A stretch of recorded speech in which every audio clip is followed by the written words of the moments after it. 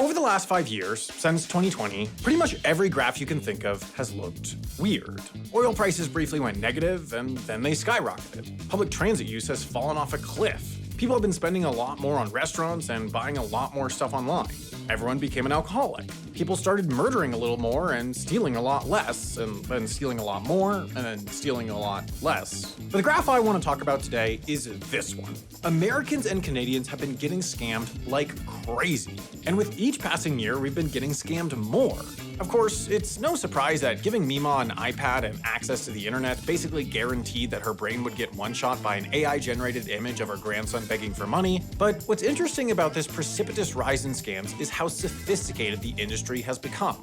It isn't just a few people in an apartment calling up retirees and tricking them out of their life savings. These new scams are run by highly effective international organizations of thousands of people, and none seem quite as widespread as Canada's CRA scam. The organization running this scam, which has been going for roughly the last decade, has managed to contact every single adult in Canada at least once and has cost Canadians hundreds of millions of dollars. So let's talk about what this scam is, how it managed to become so successful, and most importantly, how you can get in on the grift.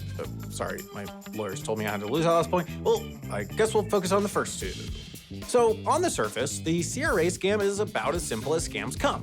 Let me set the scene. You get home to your igloo after a long day of mapling syrup or whatever it is that Canadians do all day, and you see a message on your answering machine from the Canada Revenue Agency. In most cases, this message will be listed as coming from the actual CRA phone number. Of course, it's not, but faking this is a matter of watching like a 3-minute YouTube tutorial. In the most common version of the scam, the message on the phone will inform you that there's a warrant out for your arrest due to unpaid taxes, and given that most people are only like 60% sure that they paid their taxes correctly, but 100% sure that they don't want to go to prison, this can sound somewhat plausible, at least in the moment.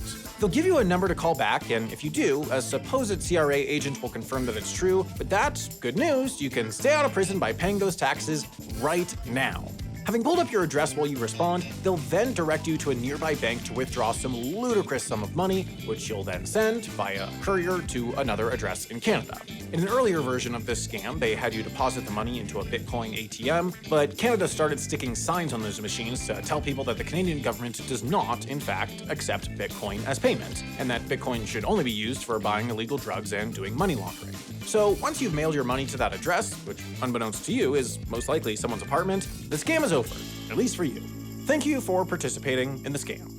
Now, this all sounds pretty straightforward and not particularly sophisticated, but the success of the CRA scam isn't in its surface-level execution, it's all about what's happening behind the scenes. Because unlike scams of yore, the CRA scam is operated by a massive network of people, and these people are organized in a structure that makes it systematically impossible to actually stop the scam from happening.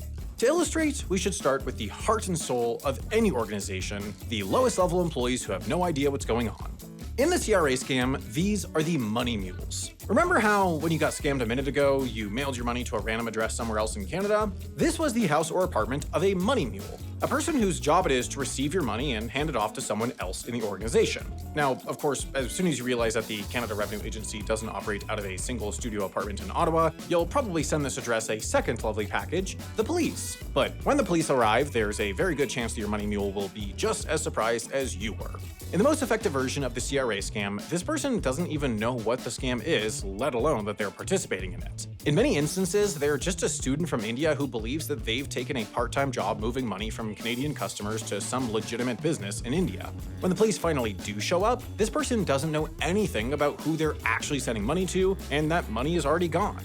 Where? Well, it's been picked up by the organization's inner mules, who are responsible for getting the money out of Canada and back to India, where the scam was organized. They do so using what's called a hawala system, a 700-year-old informal banking system that can move money across borders without any kind of government regulation or formal record. A hawala system works a lot like a traditional banking system, but is regulated by honor and personal connections instead of, like, actual laws. There's a network of hawala brokers around the world in cities with large Indian diasporas who can transfer your money to any other city that has a broker in their network. All you have to do is give them the money and a password, and then your recipient can pick up the money from their broker as long as they have the correct password.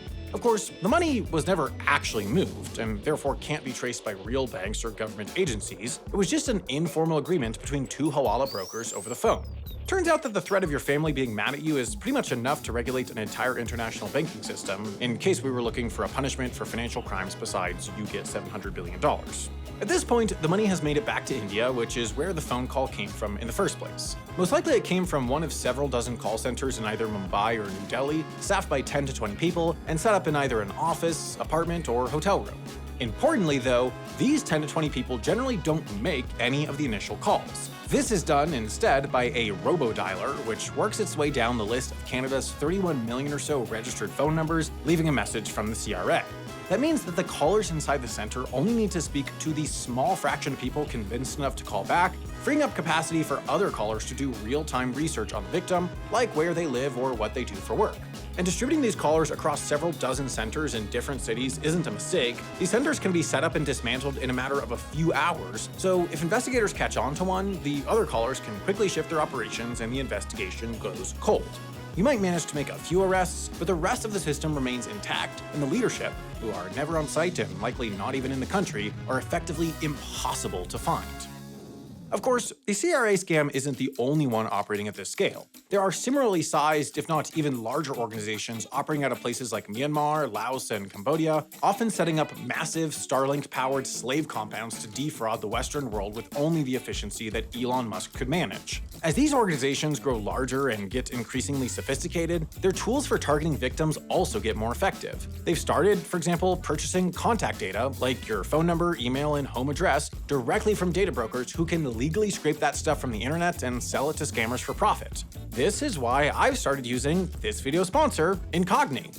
Incogni works in a pretty interesting way. Since these brokers want to operate within the law, they are obligated to delete your data if they get a formal request. Incogni reaches out to data brokers on your behalf and keeps your information out of their databases. They automatically deal with objections, follow up if more of your data gets added, and monitor multiple broker sites to keep you in the clear. Doing all of that manually by yourself just one time would take years, but with an Incogni subscription, it'll be handled constantly, automatically, and with no effort from you beyond signing up. If that sounds like a good deal, sign up for Incogni today and use code HALFASINteresting at the link below to get an exclusive 60% off an annual